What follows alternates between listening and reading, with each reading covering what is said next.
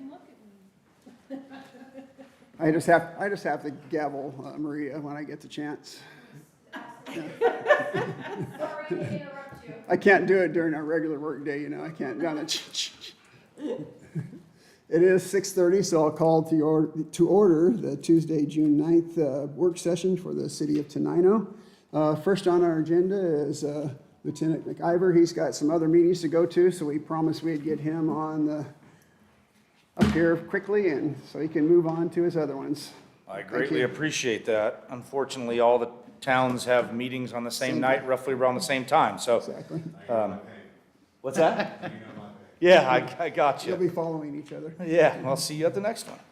So, again, I will attempt to make every one of these meetings, if not another representative, but it's usually always me, unless something crazy happens, and if that's the case, I will reach out and notify that I won't be here. Regardless, the statistics will always come through. You'll have the stats for the previous month. So, for May of 2026, we responded to 90 calls for service within the city of Tenino. That is up from 59 the month before. Now, however, one of the things with that, in that calls for service, is everything that has happened within the city, and that includes us just showing up and checking things out. So, though those numbers you may seem like that's more than 3 calls a day or whatever, but in the statistics you can show that 27 of those were area checks. So like people just specifically coming in town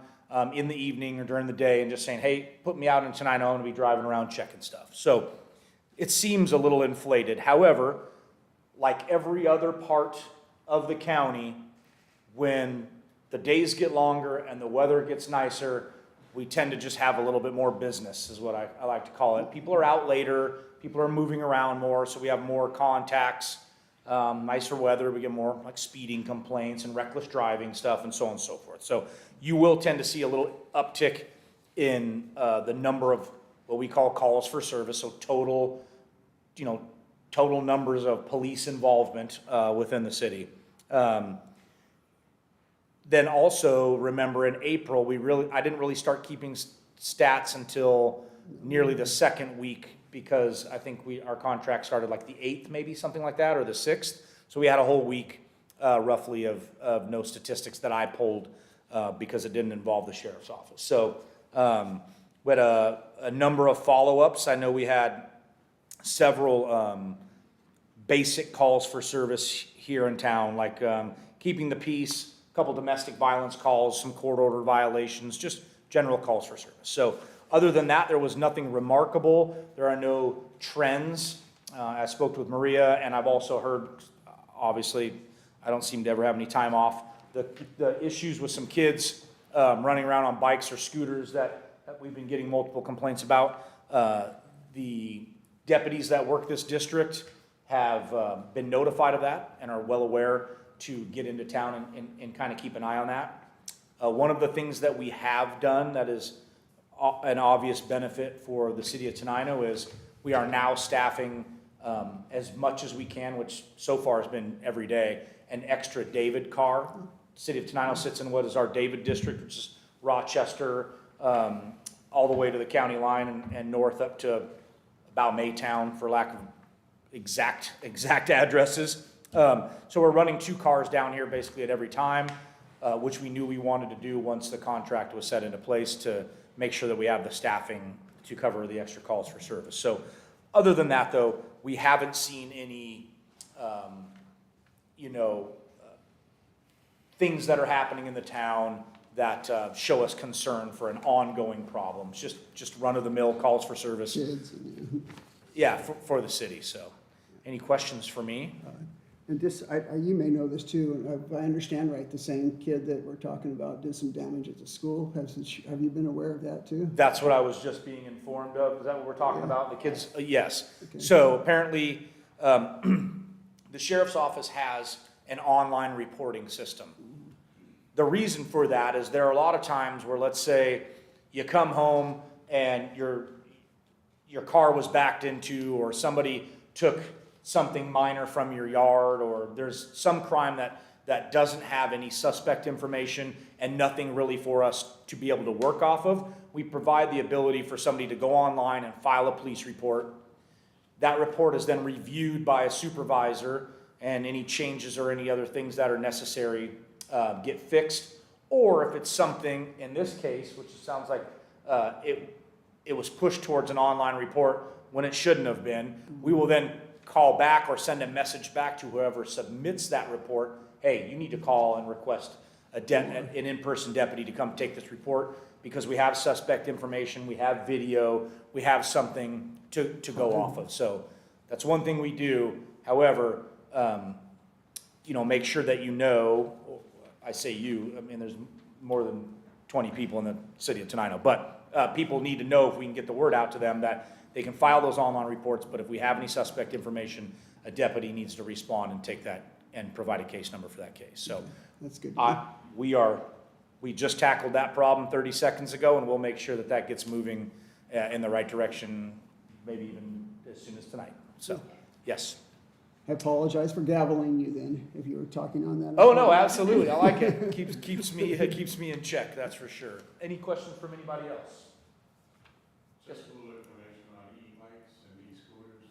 You're going to have a little bit more authority on that come July 11th. That's when the new laws kick in. That's what I've heard, yeah. Normally in the summers, when any of those new traffic laws or anything that the legislature's pushed through is going to take effect. So we will be able to maybe, have a little more teeth for that issue when it comes up. Generally speaking, it's tough when it's kids just doing kid stuff. Yeah. We don't want it to where people can't do anything. But at the same time, if we're seeing a continuous problem and these kids are committing vandalism, and I know we had a couple weeks ago where they maybe were kicking or knocking on somebody's door, and it seems to be the same kind of description of the problems that we're having with these kids on the bikes. We'll definitely put some effort into that as well. Much appreciated. Yeah, absolutely. Much appreciated. Anything else? I think so. I'm on till 1 o'clock, so if you want to call me when this is over, we can get it figured out. Thank you. Cool, okay. Will do.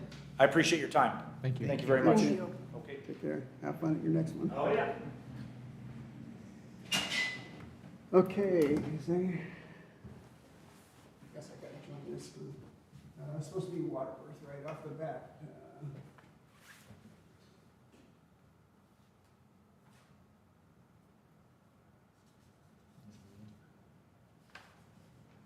So this presentation is from Waterworth,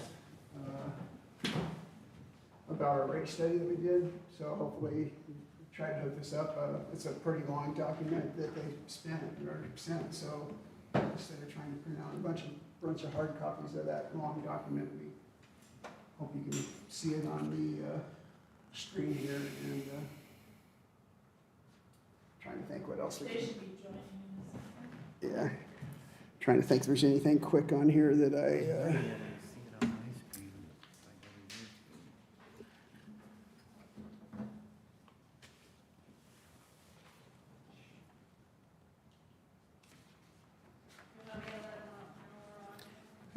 While we're waiting, I'll read, Troy has a report, and I'll read the report from, watch up there for me and tell me if they pop up. Let's go back. We might need to put a microphone down by my laptop. Yeah, I can see if I can stretch one of these. So I'll just do from Troy here first, just while we're waiting, just a report.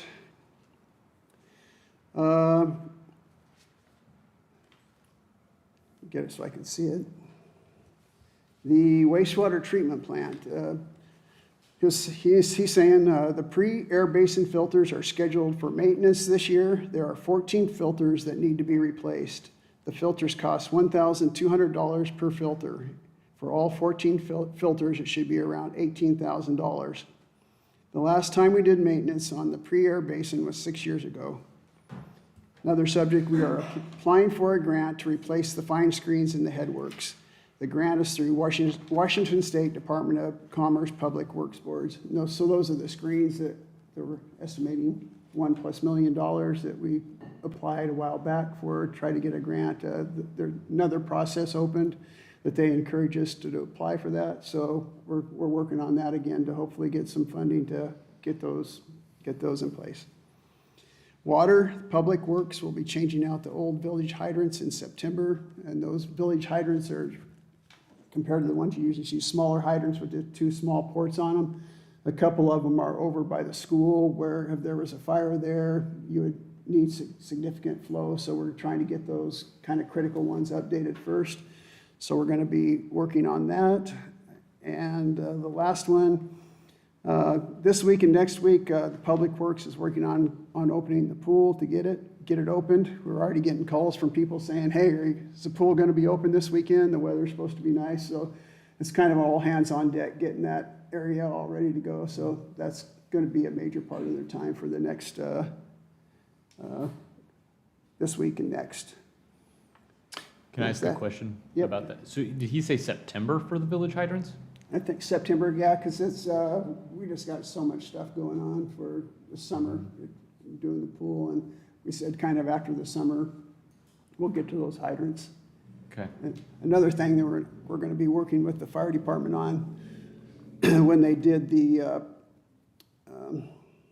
fire rating, one of the things you're supposed to be doing is flushing your systems and checking your hydrants every year, which we haven't really done. They've got an intern or somebody that they're working with, maybe can help us out. So Troy and I and the fire chief, I don't know if he mentioned this to you, but we're going to try to get some of that flushing done. But it's kind of since it hasn't been done for a while, especially, there's a lot of sediment that ends up in there. So we've got to really make sure we do good public notification, because when I was working doing this, you'd flush those and everybody would turn their water on and then they'd see.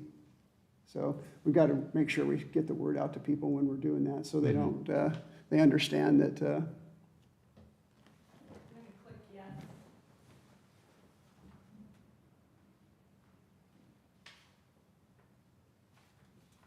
I think they're on. they probably are coming up here. Yep. I don't know if we're gonna be able to hear them though. Yeah, I'm going to try to, We didn't test the sound. no, sure, I think. So I'm used to, There's a microphone. how this is not touch screen. Nope. There it goes. Can you hear us? Okay, I'm going to get a microphone down here by we're working off of Nancy's computer, so I'm hoping we can get some sound, a little better sound. Yeah, we'll do a little test. Sorry, this is our great technology we're using here. Got our computer plugged directly into the TV and now a portable microphone to. Okay, why don't you start and I will see if I can adjust this to. Can you hear me all right? Can everybody else hear me all right? I got it turned up all the way and it's not very. Yeah, trying to figure out where the speaker is here so I can. If you can kind of speak a little bit loud, if you can. I got it turned up all the way on our end, so. Testing, how does this sound? I think the council can hear it at least. If everybody's quiet. Well, let me know if you need to stop me for me to rephrase something or say something I again. think the sound on the TV would come through. Hold on a second. Try again. I just turned the speaker up on the TV. I don't know that. Testing, how does that sound? No. Well, we'll just be quiet and have to listen carefully. Testing. If anybody wants to scoot up here so they can hear better, feel free to.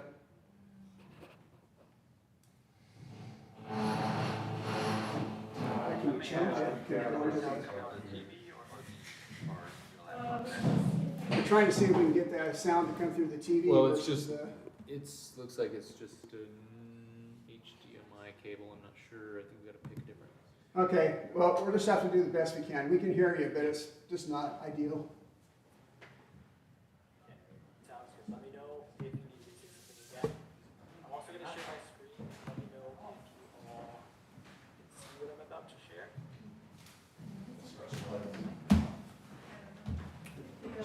One second. Yeah, I'm going to try to connect to my phone too and see if that comes across louder. without getting a big echo. We can see the presentation for sure. Awesome. So if you do use your phone, Dave, that's awesome.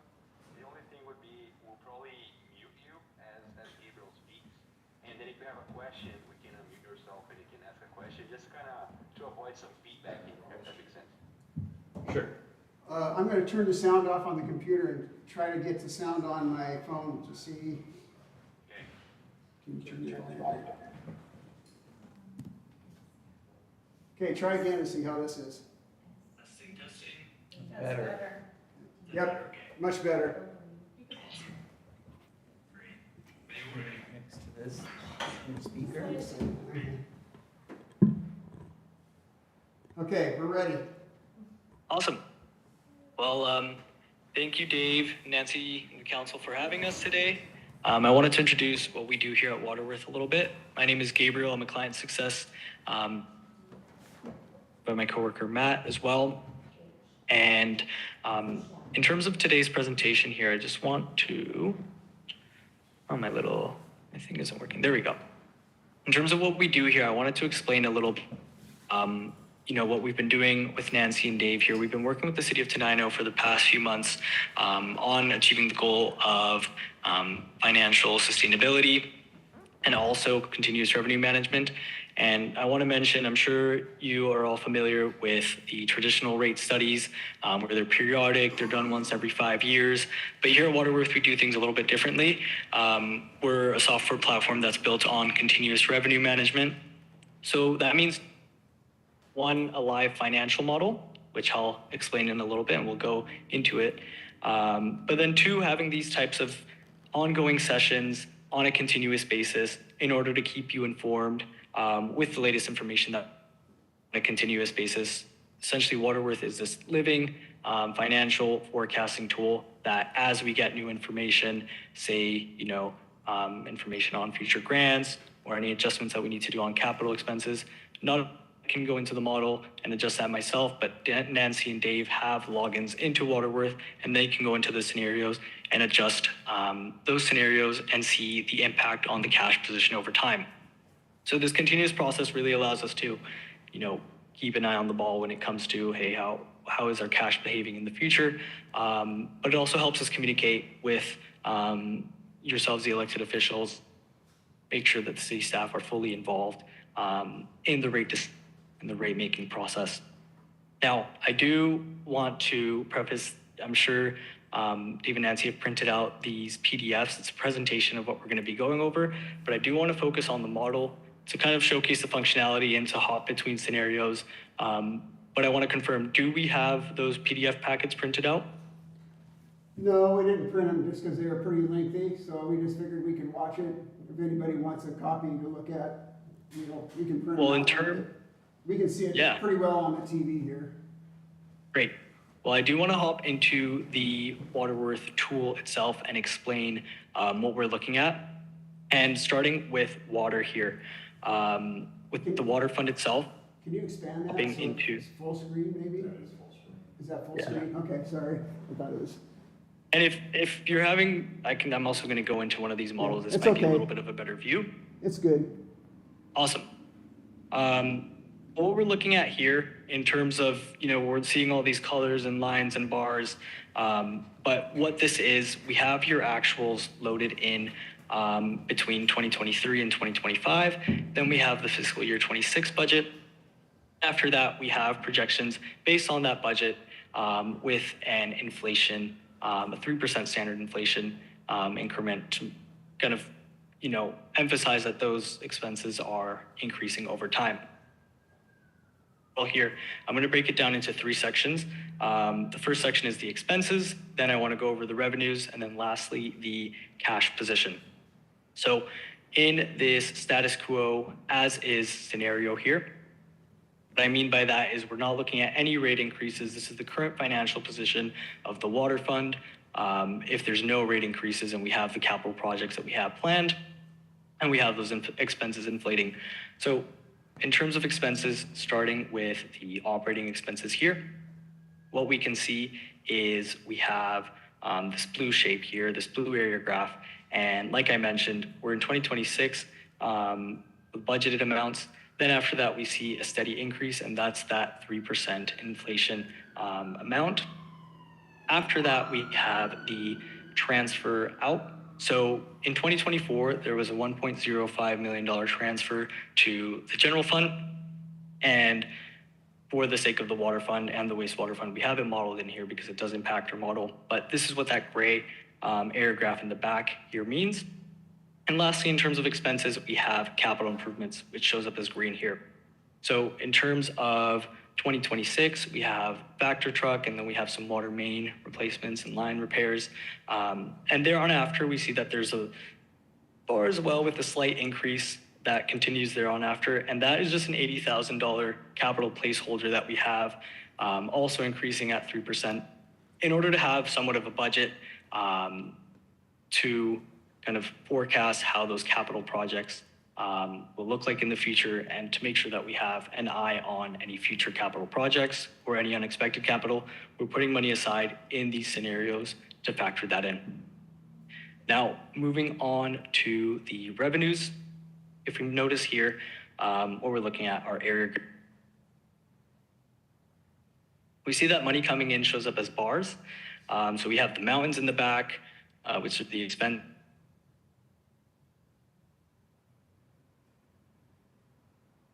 Uh-oh, kind of lost you. Bars. Lost your audio. And you hear me? There you go. Okay. Great. So where did I lose you guys? Basically at the bars. Okay, so we're looking at these bars here. This is sale of service. These orange bars here are water charges. Then after that, we have other categories in terms of revenues. We have other operating revenue, which is a very small sliver, orange bar. Then we have developer contributions, and then we have non-operating revenue. So here we see the expenses, and then we have the revenues at the front as bars. Now, in terms of the functionality of the tool itself, what we can see here before I toggle on the cash position is when there is an area graph or the mountains in the back, when those are higher than the revenues in the front, Waterworth automatically takes that from the cash position and it interprets operating at a deficit. So again, this is a status quo scenario where there's no rate increases. We have some capital projects lined up. We have inflation factored in for capital and for operating expenses. If I toggle on here, we can see that the cash position between 2023 and 2024, it was pretty steady. And then we see a dip in 2025, and that's namely due to that transfer out to the general fund. And then in 2026 onwards, we see that there's a gap between the expenses in the back and the revenues in the front. Lost you again.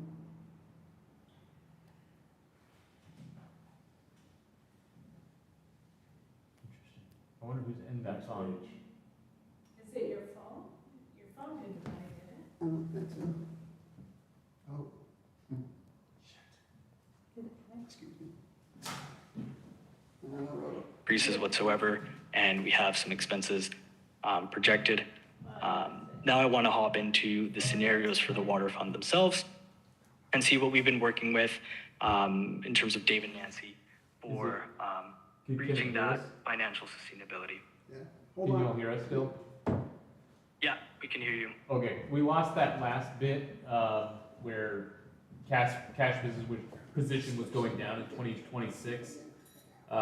We may be having some more technical difficulties. I'll be right Hey, back. let me know. Feel free to speak out every time that happens. Yeah, I think we're looking for a charger real quick Yeah, I apparently. think it's on our end. Okay. Need a couple seconds to figure the charger out first, or Yeah, if you want to just give us a couple minutes, that would be ideal. Sure. Sorry take your about time. that. Is it dying or is it just shut? Like, No, what's it's like in the red. I was just gonna Oh, forward the invitation to myself and put it on my phone. Okay. I was gonna say, mine's fully charged. We got plugins. Yeah, if you don't mind giving us like 5-10 minutes, maybe No, more like 5 I- minutes. Can you forward the invite to me, to Nancy? my email? Absolutely, yeah.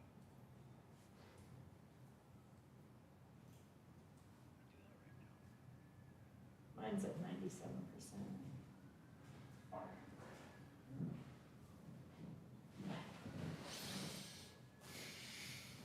It's good times.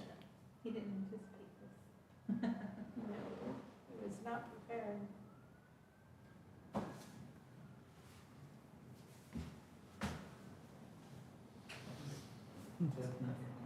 No. Uh, You go, Elaine. Oh, thank you.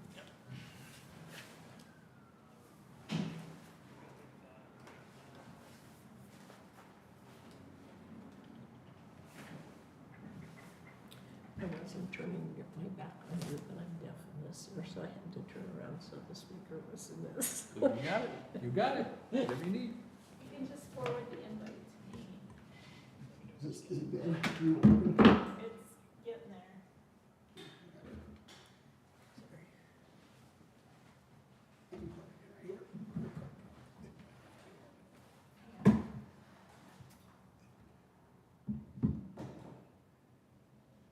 I don't know if it'll come back on yours is pretty low.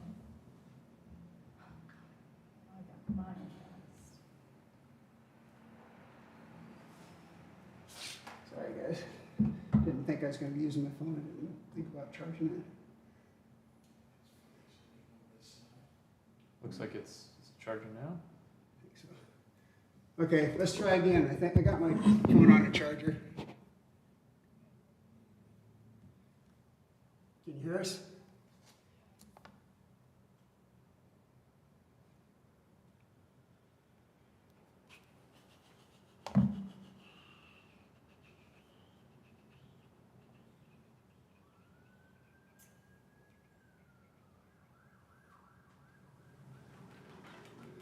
Can you guys hear us there? Can you wave? Can you hear me talking to you? Oh, I hear something.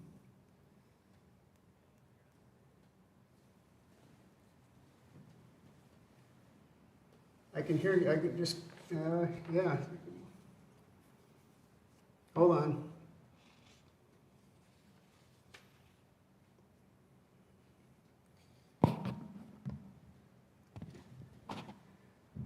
Try again. Testing, testing. Go ahead and try it. I'll mess with it. Mine's working. Shut yours off. Okay, we got another phone. Nancy, can you hear us? Yes. Yeah, we got you. Sorry. Sorry about that. You can go ahead. I think there might be too many people muted now. I'm gonna ask Nancy or Dave to unmute. You can go ahead. We've got you now. Awesome. Great. So I left off on, if I'm not mistaken, on, we've covered the operating, we have the expenses there, we have the capital projects, the transfers, the revenues there, and now we have the cash position. And we left off on talking about the deficit between 26 and 27. So Waterworth, when there is a gap between the expenses in the back and the revenues in the front, Waterworth automatically takes that deficit and funds it with the cash position, which is why we see that cash dipping to a negative in around 2028. So I do want to mention again, this is the status quo as a scenario where we're not looking at any rate increases. This is if no changes are done whatsoever. But do we have any questions on anything I've covered in terms of the operating expenses, the revenues, any colors on the graph?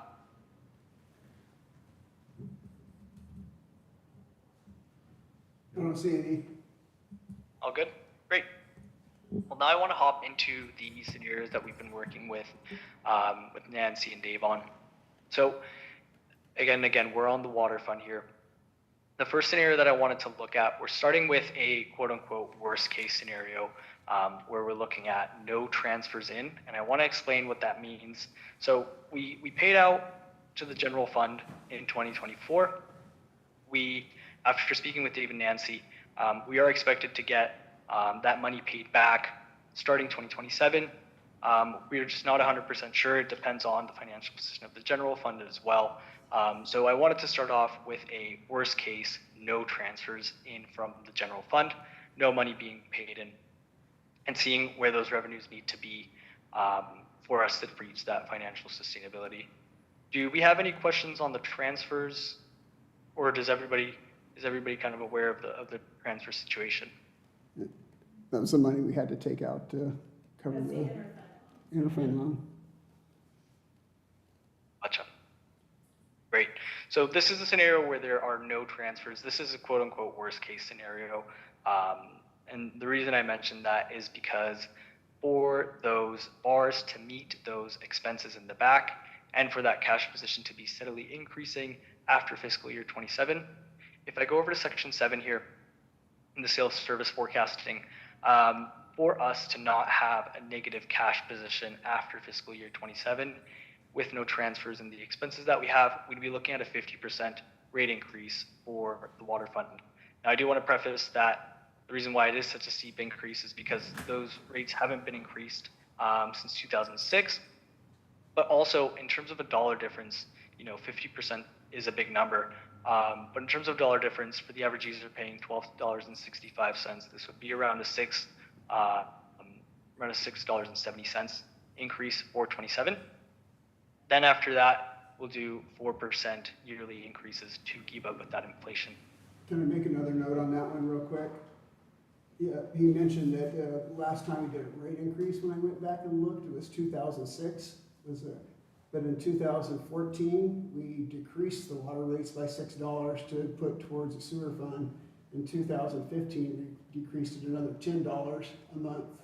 So we've actually done a rate decrease since 2006 by a significant amount of money. So net, we're still down. We're below where we would have been. Yeah. Yeah. If we didn't make those cuts in 2015, 14 and 15. Yeah. $16 a month. Okay, sorry. No worries. And after that 50% one-time increase, it would be 4% thereon after, and we can see that in 28 and 29, 30 thereon after, those revenues are above those expenses, and that cash position increases. And again, this is a worst case scenario if we don't get any transfers in from the general fund.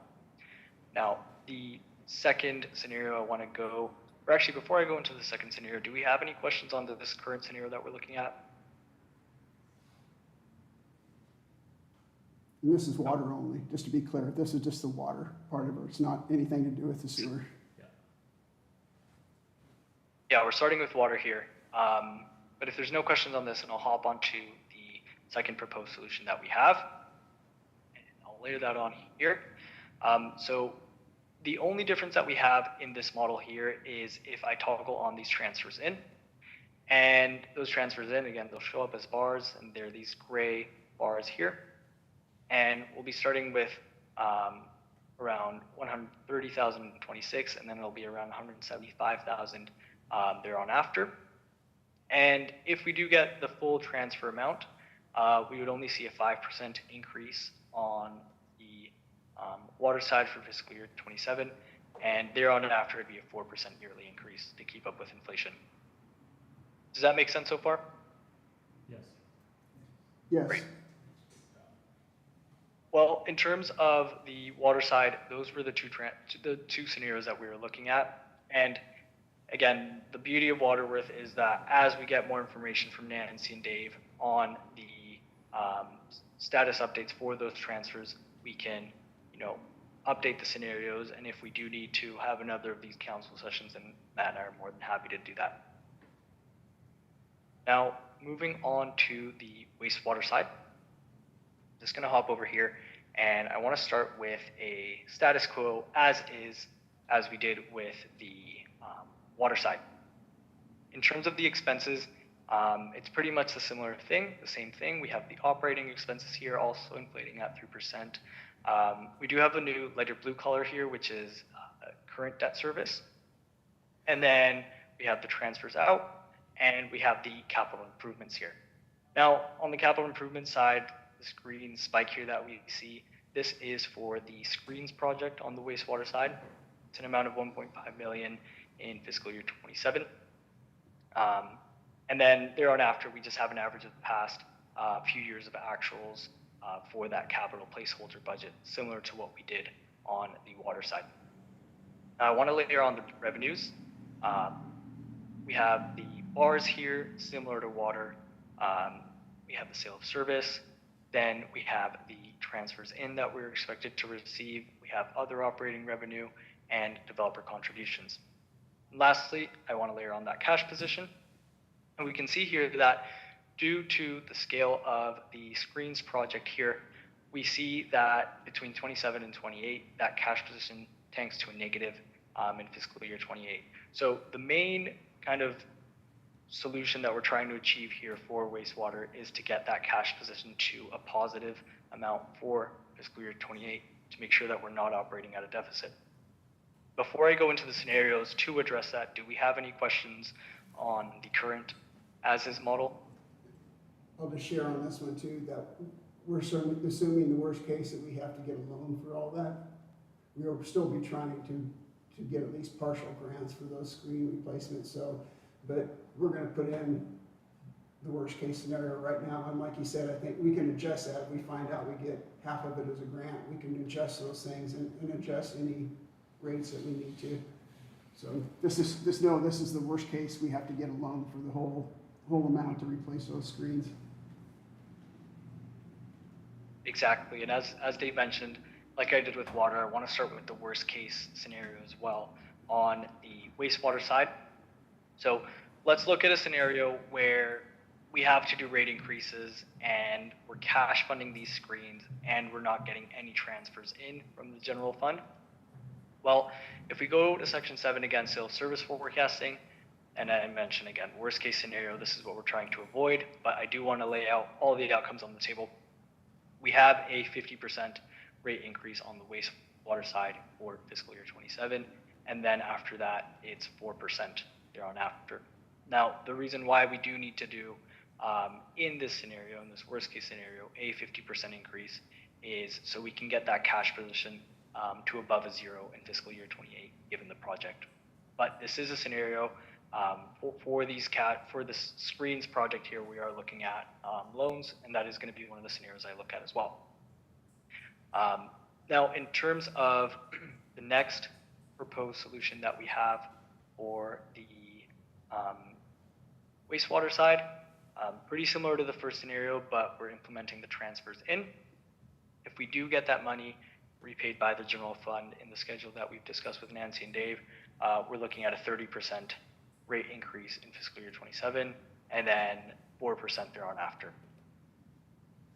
The last solution that we have, which Dave just mentioned, is looking at financing that capital project with a loan. So if we look at that here, that's going to be just a second here. It's this one right here. If we look at that right now, we have a magenta bar that shows up. That is money coming in from bond proceeds to fund that screens project. And we see a new, if I just isolate the expenses again, we see a new lighter blue paragraph. So that's the proposed debt service. And by toggling on everything else again, we can see that if we do take out a loan for that screens project, the cash position is looking healthy, and we're not going to need to do such a large rate increase as we've discussed. Now I want to check out here, just one second here. This one right here. This is what we look like. This is what it looks like if we do get those transfers and we get that loan. And if we're looking at rate increases, it would just be a 4% yearly rate increase for the wastewater side. Now, I do also want to mention that the Washington Department of Ecology mandates a 4% increase for this year, so this does go in line with what the Department of Ecology is mandating. But the bottom line here is that if we do take out a loan for that screens project, it wouldn't be such a steep increase. And also, as Dave mentioned, this is what we're looking at right now, but if grant opportunities show up, we can change the scenario to reflect grants for funding that project, and it'll move the burden from the ratepayers and have a healthier cash position for the wastewater side. And I just add, I think really this is the most realistic. If we do get money from ecology or commerce to do this, it's going to be like our other loans. They're not going to, it's not just going to be, we have to pay $1 million. It'll be some type of loan like this where we have a payback over, I don't know how many years, of course, at this point, but I think that's probably the likely, if we are able to get money from commerce or any ecology, I think this is what we'd be looking at.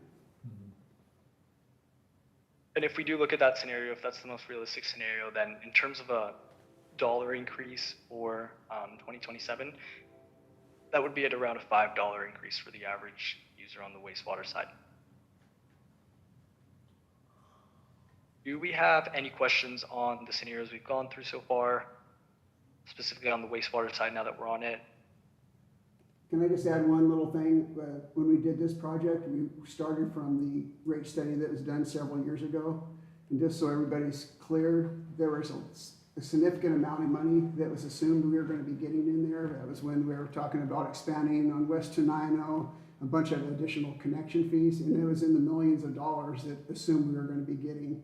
That rate study says we didn't need to do any increases for the foreseeable future, but on top of this screens project, I think it was like $3 million or something that was in there that was not, which is the beauty of this. If we put something in here and it changes tomorrow, we can go back and fix it. With that fixed rate study, that was in there and assumed that's the way it's going to be, and we weren't able to make adjustments there and see what that meant. So just realize that original rate study we did was flawed and is part of the reason why, we're going from, we don't need any rate increases for the next 20 years to we have to do some, at least minimal to keep up with the cost of doing business out there.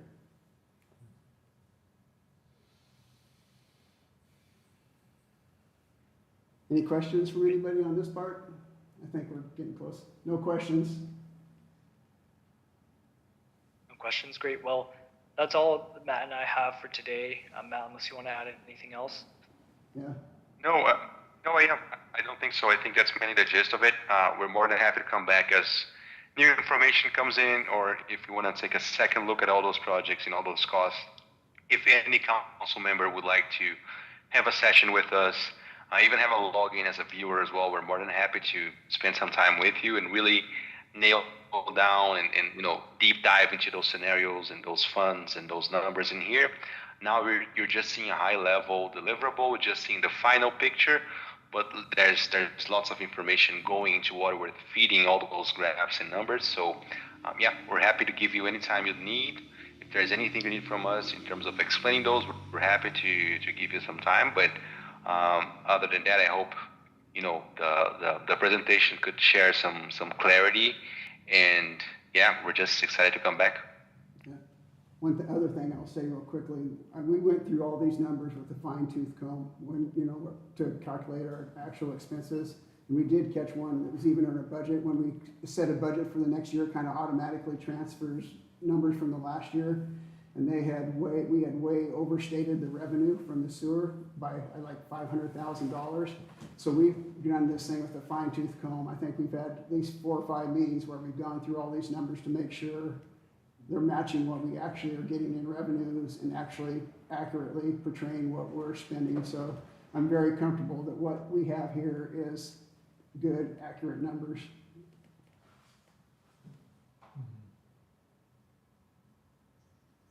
Okay, Well, I appreciate it. We'll have some time to look at this and think about it and talk with the council, and we'll be back with you soon. great. Thank you for having us, everyone. Thanks, Dave, Nancy, and council. We appreciate it. We'll talk soon. Bye now. Yeah, appreciate it.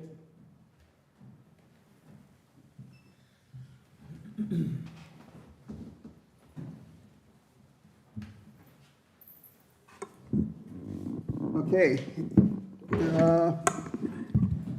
Any other questions that are off? Do you have anything right now? If anybody wants a hard copy of this to be able to look at or just to digest a little bit more, I can provide you one. Just let me know. I just didn't want to make a bunch of copies that nobody didn't fill in. Or I can send you this presentation on your computer too if you want to kind of. I would like to see Yeah. it, yeah. So we'll definitely get it to you. But if you want a hard copy, just let me know and we can print one. It's just making color copies where you can make sense of it are expensive, so. Yeah. I'm Okay. looking at it. We'll send it to everybody electronically and please, just let us know. Okay, got like 10 minutes. Maybe I'll just run through a few of the, reports, yeah. Let's see, I got one from George here. Let me get that one. So the report from George is the Chamber, the evening business meeting is June 17th at 5:30 PM at the Sandstone Cafe. Guest speaker is Shauna Stewart with Experience Olympia and beyond. Public is welcome to attend. Order off the menu. No study meeting in June because of the federal holiday. Thurston EDC Business Awards Program is June 24th, 3 to 5 p.m. at Hangar 51 at the airport. More information at thurstonedc.com.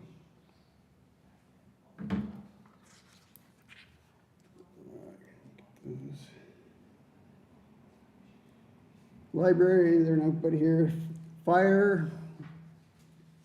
Adam, did you want to say anything about, you met with, you want to do it during your Public safety? safety, or you want to do it here, or? Whatever Either you one. like. We got, is 10 minutes enough for you? Or Well, I think, we can yeah, do- I can hit it really quick. Okay. If we want more time, we can add it on to the other one too. Okay. Yeah, so I met with Chief Gray on Friday last week. Yeah, Friday last week. Essentially, we just talked over some of the stuff that we've already talked about in the work session, which is the need to replace the village hydrants that are around the city, as well as the need to flush the system. The one thing that we didn't cover previously was the need to also test the flow rates on each of those hydrants, and that's not something that he said the fire department can do. That's more of a public works function. So going forward, I think that's going to have to obviously get on the public works list of things to do, because the more we know about the flow rate, the better he knows how to plan and attack a fire if there is one, when there is one in the city. Frankly, it's not an if, it's kind of a when, right? Things just burn. So fire can help us with the flushing. I think we talked about that a little bit. Let's see. There are I think some opportunities around the city to be a little bit more to coordinate with our local fire department a little bit more closely. That's something that I'm interested in working on going forward. Just a couple of different things around the city that the chief mentioned that probably could use a little bit more explaining, and I would be interested in listening to some more. I won't mention anything just yet because I think the conversation needs to happen first. But other than that, that was essentially the extent of that conversation. So. I will just mention, I don't think it's any secret, I think we probably, one of the big things we've kind of tailed off just with the changes at the fire department over the years is business inspections. I think that was another big one that we've kind of, and so we got to work on. I don't want, it's not a punitive thing to me, but just making sure we're, if something happens and we haven't done these fire inspections, it could come back partially on the city too. So we need to work on a way as a city to make sure it's not really this, again, the fire department's responsibility. That's a function of the city. So we can work with them, but I think it's something we really need to work on and try to get squared away how we can start making sure we get in these buildings just for familiarity, for our firefighters to understand what the buildings are and how they're going to attack a fire if there is one, and then just hopefully prevent any possible, fires that we can. So that's another big one for me. Civil Service Commission, there's nothing to report there. I did contact our attorney because with the changes in the police department, I just talked about how do we need to handle the Civil Service Commission? Do we need to keep it in place for a while?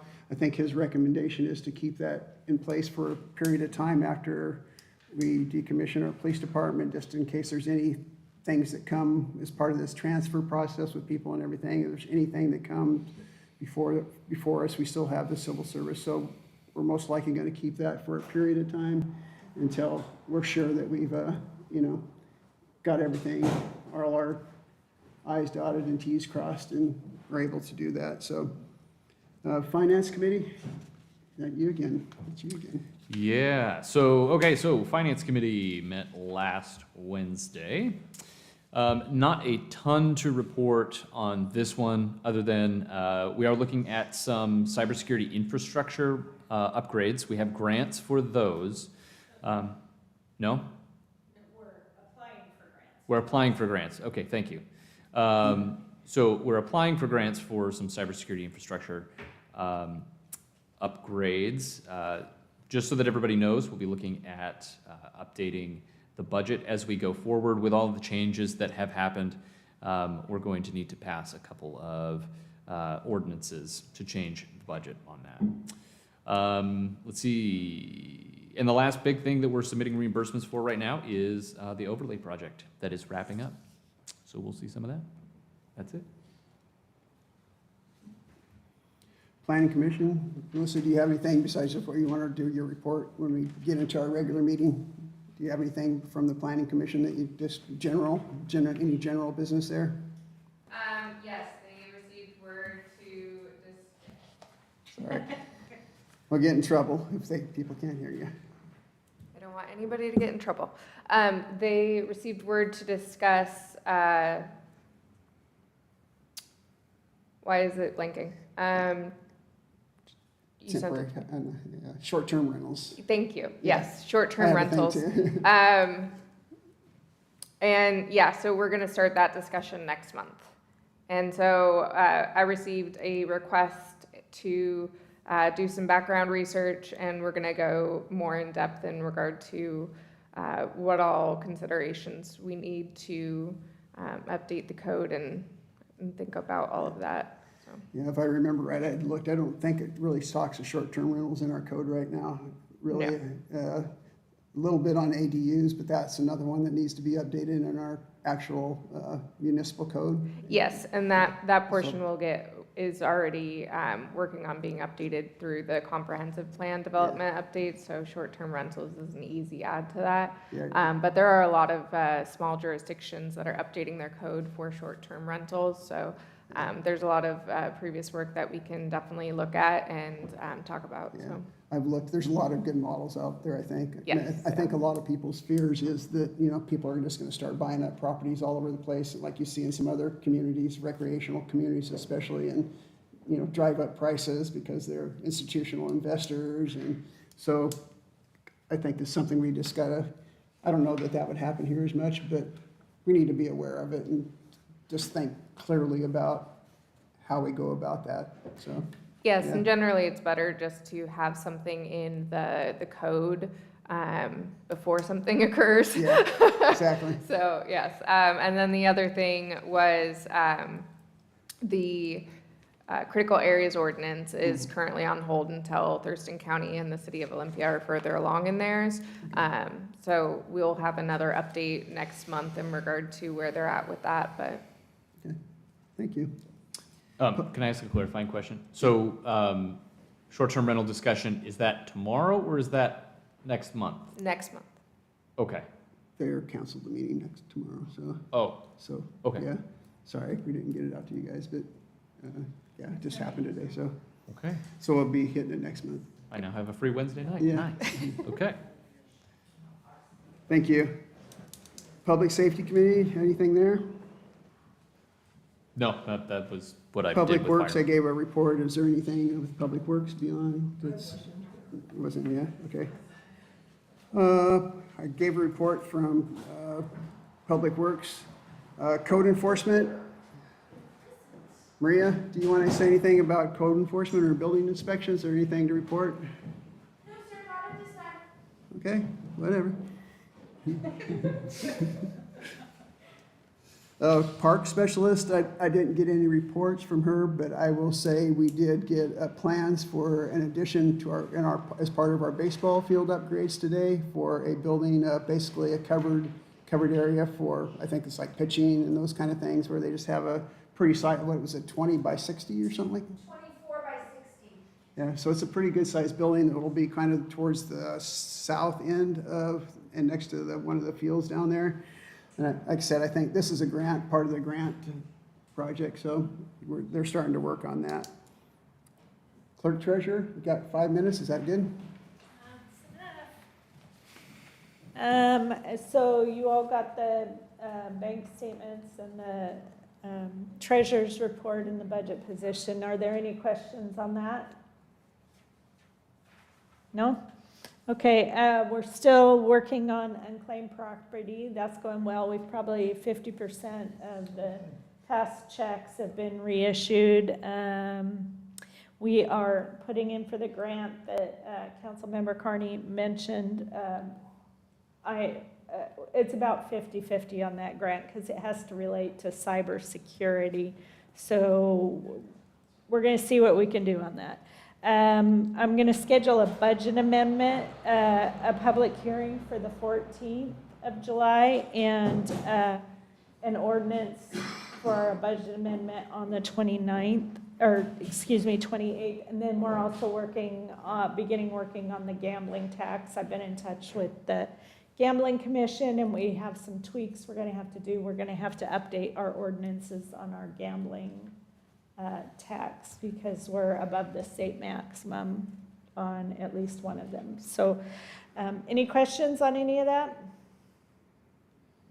Nope. Okay. If you have any questions later on, just email me. I don't have a lot to report from me, but I'll quickly, I kind of was out of service there for a week or so, and so I haven't been here a lot. I did today check back in with the properties that we surplused. I talked to Jay Champagne about listing those for us, and he said he would do that.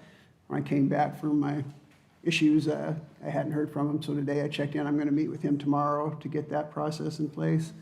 We're also going to be working on surplusing some of the police vehicles, at least 3 of them. We've had some interest in some of those vehicles, but we just got to go through the process of getting those surplused. Other things, trying to think if there's any other. Oh, I did go to the TRPC meeting a couple days ago, and there was one thing on there that I think is significant for our city. I think as the result of the train accident on I-5 several years ago that shut everything down and just caused chaos throughout the whole community, they embarked on a study to look at traffic when there's shutdowns on I-5, no matter where it is and how it affects our communities. They looked at like 5 different areas, scored 5 different areas, and Tenino was one of the top scorers for making changes to try to smooth traffic in any of these. They're talking about roundabouts possibly to help with some of these intersections that are very difficult. So there were five locations, and we were one of those. So, of course, like everything, there's a study, but you got to find the money and all those other things to do it. But we were there, and I think everybody here knows when something happens on 5-5, what happens. So hopefully, in the little bit longer term, we'll see what improvements we can make there to help that traffic flow during those types of incidents. And that's kind of all I had. Like I said, I've only been here a few days, and so yeah, kind of all I have. We just got a minute, so good place to end.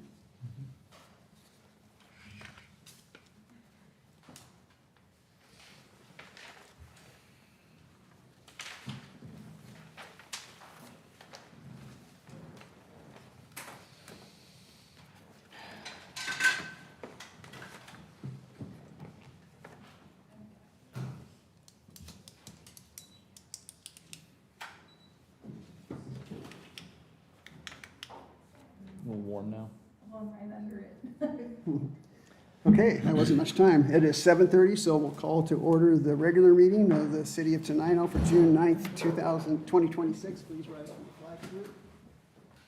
I pledge allegiance To the flag of the United States of America and to the republic for which it stands, one nation, under God, indivisible, with liberty and justice for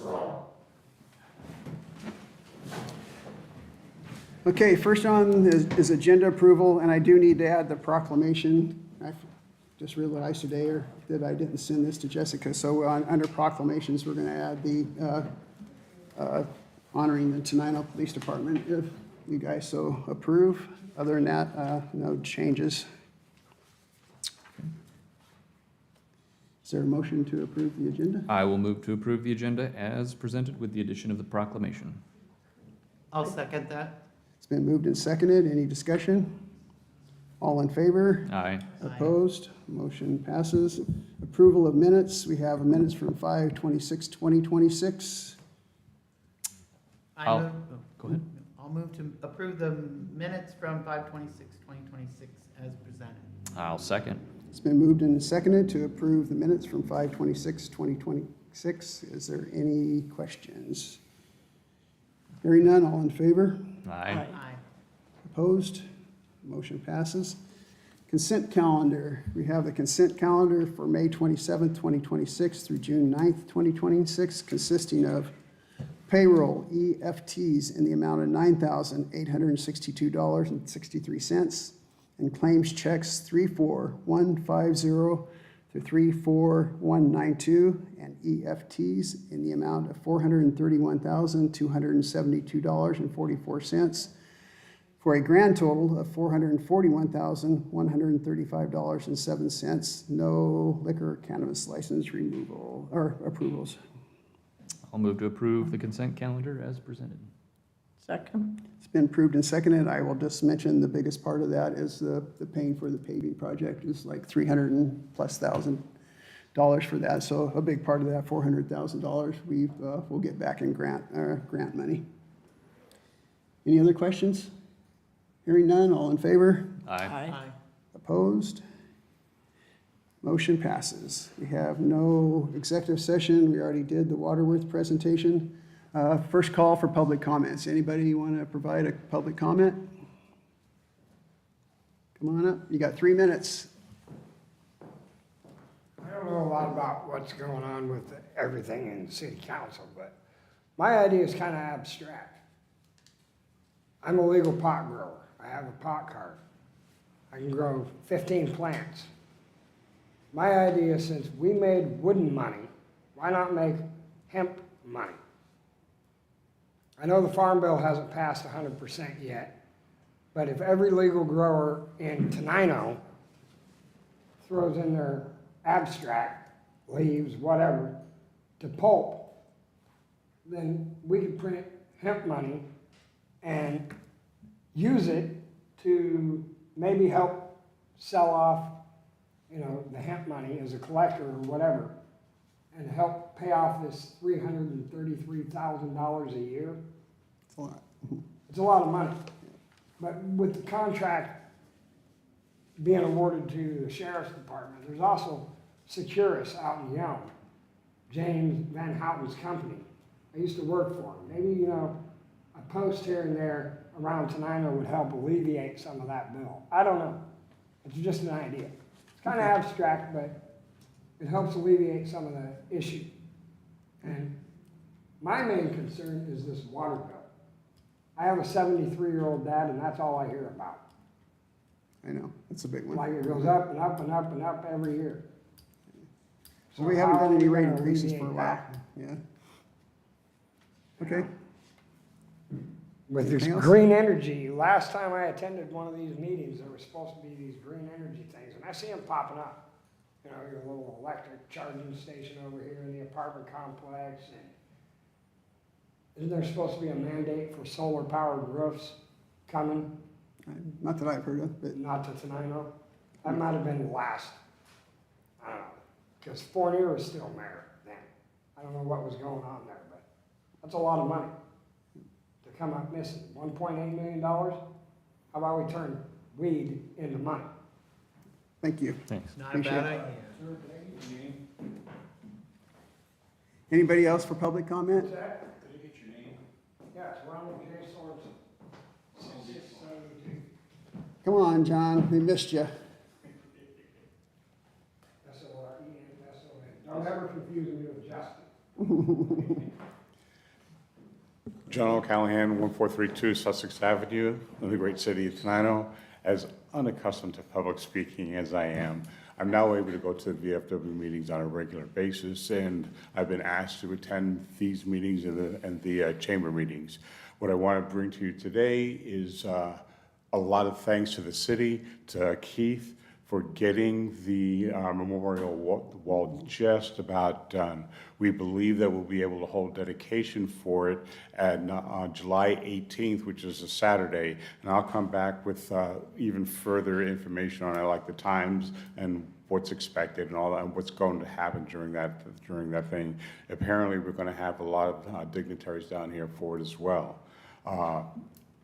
And that's pretty much what I'm here for, is just to let you guys know that it's coming up, that it's finally, after a decade and a half, just about done. And if you know Frank, I can't remember his last name. Thank you. If you know Frank and you see him around, pat him on the back and say thank you. He's the one that kept this thing going. Yeah, he's a good old Navy boy. Yeah. Thank you much. Yeah. I will just add to that, yeah, this is going to be, it's going to be a good event, and it means a lot to our veterans down there. I mean, this has been going on, like you said, 10+ years. We've been trying to get this done, so it's very meaningful to a lot of people in our community. So anybody that can put that on your calendar, please do. If you want a little back history, I can do that too. We'll have a chance before we can, yeah. Okay, any other public comment? Seeing none, we'll move on. Public hearings, we have nothing. Proclamations. We have a proclamation honoring the Tenino Police Department. This is a tough one for me, but I'm going to read this, and the plan is, once we get this passed, we want to make sure all our officers that have served here, especially the last ones here, you get a copy of this to recognize the work that you've done too. So I'm just going to start reading it. It's a little bit lengthy, but so this is an official proclamation in honor and recognition of the Tenino Police Department and all who have served therein from 1906 to 2026. And thanks to Jessica, we've talked about this. She goes in the safe in there and finds a whole binder of people that shows from 1906 who all the police were, what they got paid and everything. So it was pretty amazing to see the whole history of what's happened over the years. So here we go. Whereas the Tenino Police Department was established approximately 120 years ago to safeguard the lives, liberty, and property of the citizens of Tenino, Washington, and has faithfully served this community across every generation since its founding. And whereas the men and women of the Tenino Police Department have, through decades of dedicated service, upheld the highest ideals of law enforcement: courage in the face of danger, compassion in times of crisis, and integrity in every interaction with the public they were sworn to protect. And whereas these officers, both past and present, have made personal sacrifices of time, safety, and comfort to ensure that the people of Tenino could live, work, and raise families in peace and security. And whereas the Tenino Police Department has served through times of great change, weathering decades of growth, social transformation, and evolving challenges, adapting always with professionalism and steadfast commitment to this community. And whereas the legacy of the Tenino Police Department is written not merely in reports and records, but in the lives protected, the conflicts resolved, the vulnerability defended, and the bonds of trust forged between officers and the neighbors they serve day after day. Excuse me. And whereas the city of Tenino concludes this chapter in its history and transitions to a new model of public safety, it is both proper and deeply meaningful to pause and render the honor that is so richly deserved to all who have worn the badge of the Tenino Police Department. Now therefore be it proclaimed by the city of Tenino, Washington, that the mayor, city council, and all the people of the city do hereby honor and celebrate the 120 years of service rendered by the Tenino Police Department, recognizing it as a pillar of this community whose contributions have shaped the character and safety of our city. Extend the deepest and most heartfelt gratitude to every officer, dispatcher, and staff member whose dedicated a portion of their life to this department. Your service was not given in vain, and it will not be forgotten. Acknowledge the families for families of those that have served, whose support and sacrifice made it possible for the loved ones to answer the call of duty day after day without recognition or thanks. Commit to preserving this memory of the Tenino Police Department as an enduring part of the city's history so that future generations may know the names and deeds of those who came before them. Let it be known to all present and to all who shall come after that the service of the Tenino Police Department was honorable, that its officers were faithful, and the city is immeasurably grateful for every year of protection and dedicated they gave. And witness thereof, I've signed by hand and caused this 9th day of June 2026. Thank you all. And maybe we could have we have had one officer that died in the line of duty, so maybe as part of this, can we just have a moment of silence and recognition?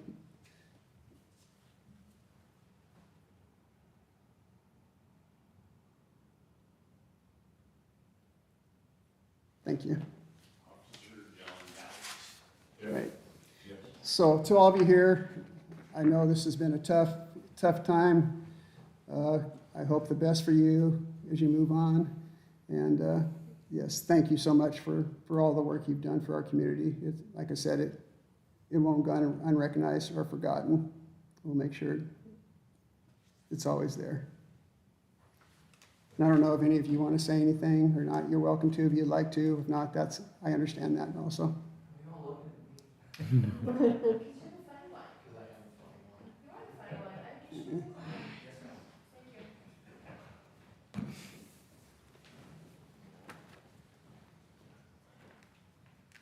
Good evening. I'm Officer McClellan with the Tenino Police Department.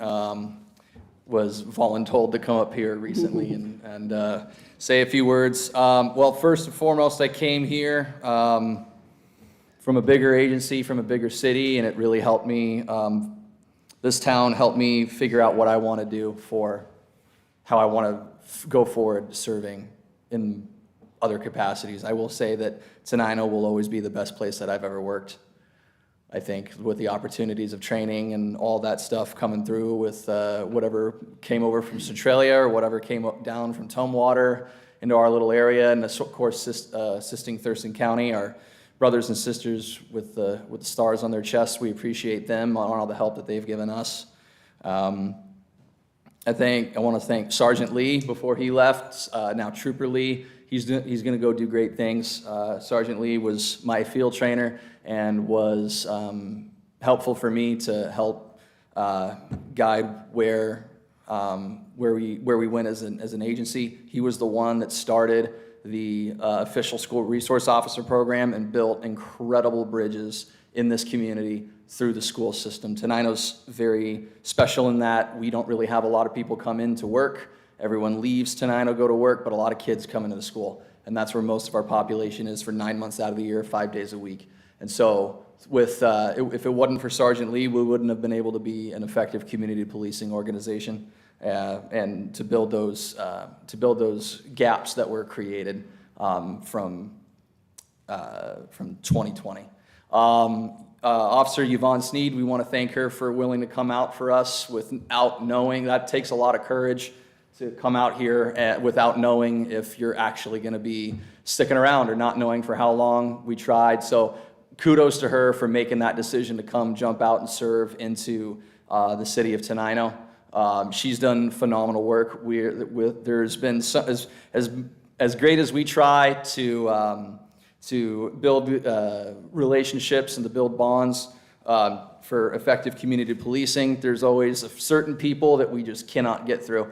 Well, I'm glad to report in my final report, I guess tonight, that Officer Sneed was finally able to get through one particular student at the middle school. She came up to me and said, "Oh, where's Officer Sneed?" And I said, "Oh, she's got some employment appointments so that way she can get hired on somewhere else so she has a job." And she goes, "Oh, I really like her. I was able to. I like her the best." And so for that particular student to say that is incredible, and absolutely is not because of what Trooper Lee or what me have done. That is absolutely what Officer Sneed has done. She's helped us build those last few feet of that bridge to those students that we just couldn't get through. So we appreciate you coming through here, and we appreciate it. We had a lot of fun here, and I hope that, and I know that the Thurston County Sheriff's Office will do you guys well to the best of their ability. Thank you so much. Appreciate it.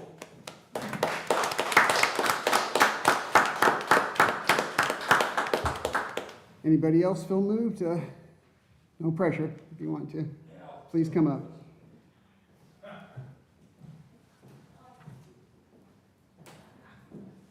Formerly Sergeant Lee, now Trooper Lee. Thank you, Alec. Appreciate it. Also, I just want to say thank you to Maria, too, for being with us through thick and thin and helping us get through all of the struggles and hard times that we had, and just with the minimal staffing and just being there for us 24/7. And thank you guys for the acknowledgement. That means a lot to me personally, and I'm sure it means a lot to all of us, too, who have served here. And again, thank you, Alec and Yvonne, for sticking it out to the very end. I know that's tough, but being willing to stick it out, even when you kind of know that it's going away, says a lot about your dedication to the community. I also want to thank the school district too, just for their support too, in partnering with us for the SRO program, and just also for just the community support that they've given us. So. Very nice. Thank you. Thank you.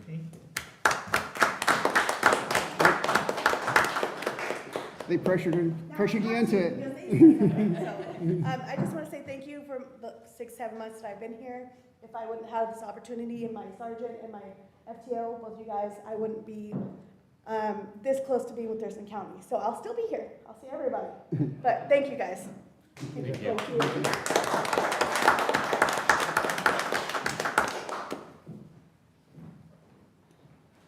Hi, me again. One other person I definitely wanted to put out here. He's not here, but Chief Otterer, he brought me on. He really wanted to drive this department and make it a worthwhile place to work, and he did. I've had, all of us have had other agencies that we've worked for. In my experience, I've had some very negative experiences with sergeants and lieutenants and stuff like that at my previous agencies. Chief Otterer was one that was always willing to understand and took his time, that if something happened, he wanted to know your why, your who, your what, your when, and he was able to take the time, and he was willing to take the time to do that. He was willing to push the officers to their strengths that we ourselves did not see. So I wanted to give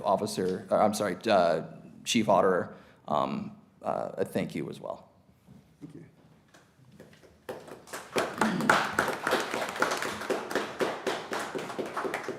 So we'll get this signed. You can expect we'll give you some kind of copy of this in recognition of your service. So thank you all again. Like I said, I know this hasn't been easy for any of us, especially for you. And again, I hope the best for all of you moving forward. You find success wherever things lead you. Anybody else want to say anything on this, or you all good? I'll say something really quick. So I can't say it any better than the proclamation itself does. But having been around law enforcement throughout my life, I have a lot of thanks for all of you for dedicating your time and your talents to our city, for keeping us safe, for protecting the children at the schools. But also, I don't want to forget the sacrifice of your families. They dedicate a lot to this job. Often it's a thankless one, and they're the ones that end up bearing the burden of a lot of the nastiness that can often be found in our communities. So I want to thank you, and I want to thank your families for the dedication that you've given us over the years. Just from the bottom of our heart, thank you so much. Okay. Thanks again. We'll be in touch. We'll see you around, hopefully. Thank you. On occasion. We got a few more days. Okay, we have on the next thing on our agenda is ordinance 941. Now, I wasn't here for this one. I know there was some discussion about these ordinances and how they had to be implemented. So I'm going to kind of rely on you all a bit. Are we ready to move forward? I think we have to wait a year after we pass it, is what I understand. You can't just immediately enact it. It has to go a year. Yeah. So I'd hope we could pass these, so by next June, they would be in effect. But I don't know all the discussion that went on. Are you comfortable moving forward, just passing them and then understanding that it's a year before they go into effect? The gist of it being that we're simply changing the times of Right, to when match the fireworks county- can be To match the sold, right? county code. Yeah, I So- think that makes sense. So the first one is ordinance 941. This is the one to amend the municipal code, chapter 8.09, to align discharge times with the Thurston County Code. So that's the first one. Is there any? I'll move to approve ordinance 941. I'll second. It's been moved and seconded to approve ordinance 941, amending municipal code chapter 8.09 fireworks to align with discharge times with Thurston County. Is there any discussion? All in favor? Aye. Aye. Motion is approved.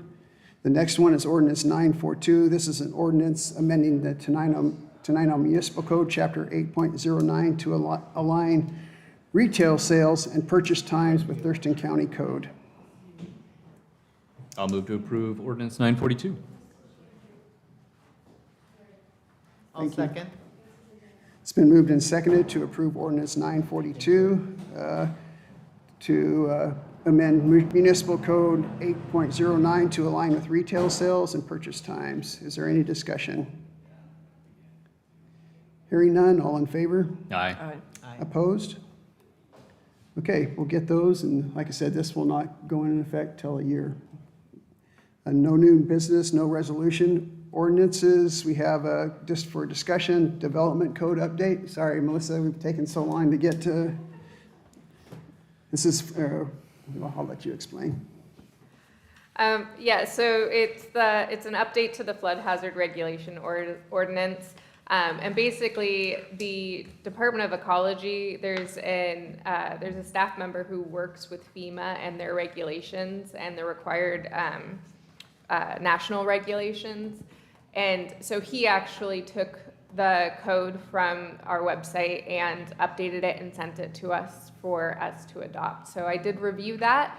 I had a discussion with the Planning Commission, and then we provided a final draft for public hearing, updated that final draft to include the final language. Planning Commission recommended approval. And so at this time, all I'm doing is requesting approval to send it to Commerce for their final review before it comes back to you guys to actually do the adoption process. I got one question. Is this part of that thing with our flood insurance, that we couldn't get flood insurance because of this? 'Cause Yes. This is kind of a big deal for our community. I don't know how this all happened, but somehow we can't get flood insurance because whatever hasn't been updated, I believe is correct. Yes, that is absolutely correct. Right now, the flood hazard ordinance or regulations is out of compliance with the NFIP, which is the National Flood Insurance Program, and FEMA's standards. And so that's partially why the individual at Ecology reached out and he did all of the redlining. So all we had to do was review it and move it forward. And so that's what we're doing. So this is kind of a big deal for people, especially anybody that lives near some of these flood zones. And I know not a lot of our town is there, but for people that want to get this, they'll be able to apply to that program now. So thank you for your work on this and to Ecology. So we need the vote on this would be just to approve moving this forward for review. I'll make a motion to approve moving it forward for review with Ecology. Department of Commerce. Commerce, Okay. sorry. I said Moving it forward for Ecology, yeah. Commerce. I'll second. It's been moved and seconded to forward our development code update to Department of Commerce for a 60-day notice to adopt. Is there any other discussion? Hearing none, all in favor? Aye. Opposed? Motion approved.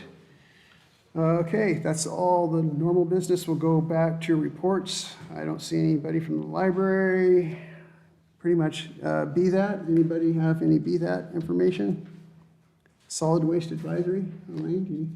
There was no meeting this month. It was a tour in Tacoma. Okay. School Board? I think Jeff was kind of that one. TRPC, I kind of gave you the update on our meeting. The big thing there was the traffic mitigation study, so that was kind of the big thing there.